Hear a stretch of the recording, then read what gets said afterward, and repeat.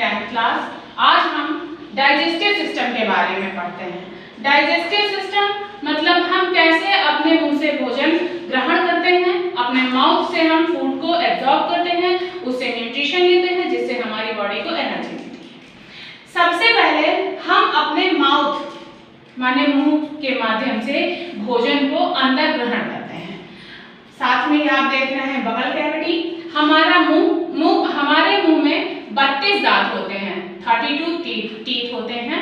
इसके बाद हम आगे बढ़ते हैं और एक टंग होती है जो मसल्स की बनी हुई होती है। मसल्स की बनी हुई जो टंग है वो हमें स्वाद का एहसास कराती है कि हमारा जो भोजन का स्वाद है वो कैसा है। उसके बाद जैसे ही हमारा जो भोजन है, हमारा जो फूड है वो आगे बढ़ता हुआ फेरिंक्स में जाता है। जैसे ही हमारी बगल कैविटी अंदर से खुलती है वो सीधे फेरिंक्स में जाती है और फेरिंक्स को हम हिंदी में ग्रसनी कहते हैं, जिसके 3 पार्ट्स होते हैं। नंबर 1 ओसोफेगस, आप बोलो, लैरिंगोफेगस, नोजोफेगस। नोजोफेगस से हम क्या करते हैं, हम जो ऑक्सीजन एब्जॉर्ब करते हैं वो नोजोफेगस से होती हुई हमारे लंग्स में जाती है और हम इस समय लंग्स से कोई वर्क नहीं, हमारा यहाँ पर लंग्स हमारा कोई वर्क नहीं कर रहा है, इसलिए हम ओसोफेगस के बारे में पढ़ते हैं।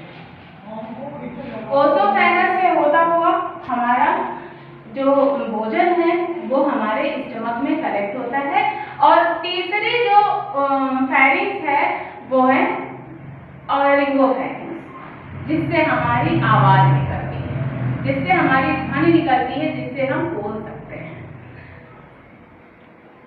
उससे हमें अभी यहाँ पर लेना देना नहीं है। यहाँ पर हम ओसोफेगस की बात करते हैं। ओसोफेगस से होता हुआ हमारा भोजन स्टमक में कलेक्ट होता है। स्टमक में कलेक्ट होने के बाद हम देखते हैं कि स्टमक के बगल से ही लिवर बना हुआ है और लिवर में ही गॉल ब्लैडर भी बना हुआ है। लिवर हमारी बॉडी की सबसे बड़ी ग्लैंड है। लिवर का वेट होता है 1.5 kg।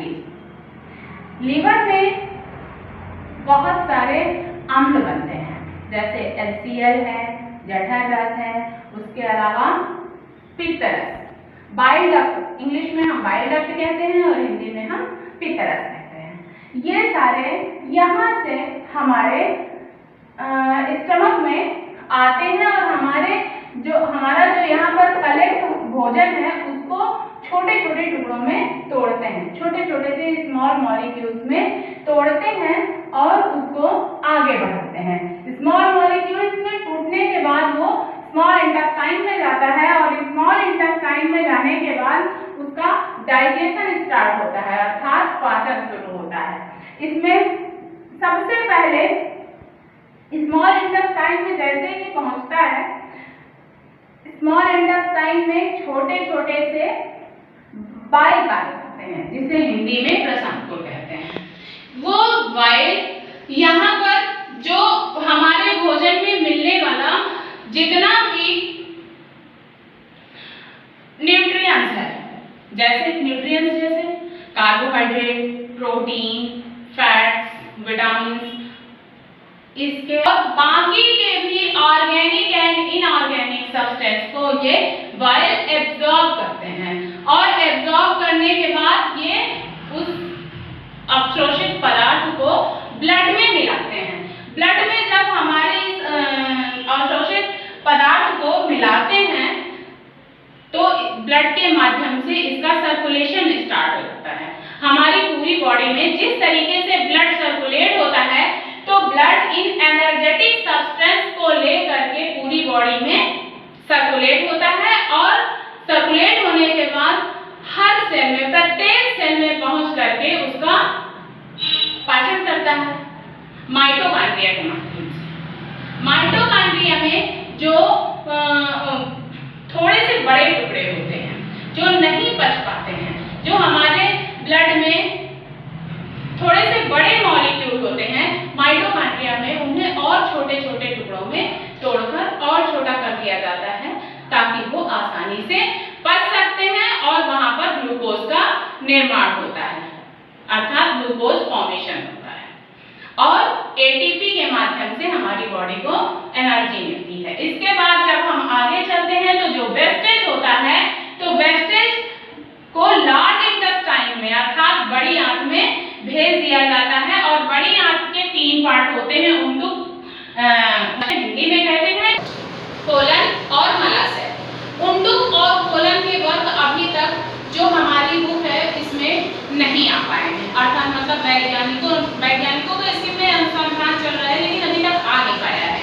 लेकिन इंग्लिश में हम क्या कहते हैं, कोलन, सीकम और रेक्टम, इन तीनों पार्ट्स के नाम होते हैं कोलन, सीकम और रेक्टम।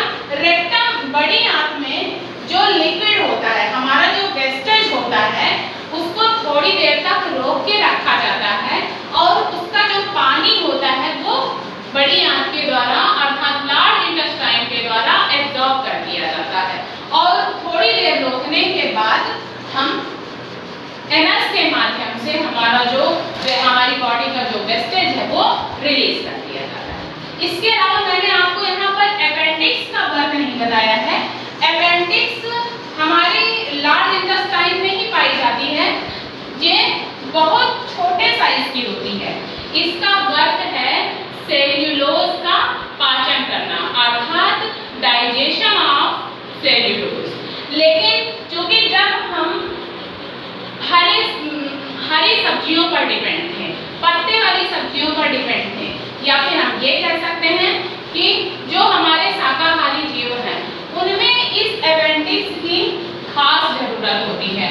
लेकिन हमारे शरीर में चूंकि हम बहुत ज्यादा मात्रा में हरी सब्जियां नहीं लेते हैं, इसलिए अपेंडिक्स की आवश्यकता नहीं है।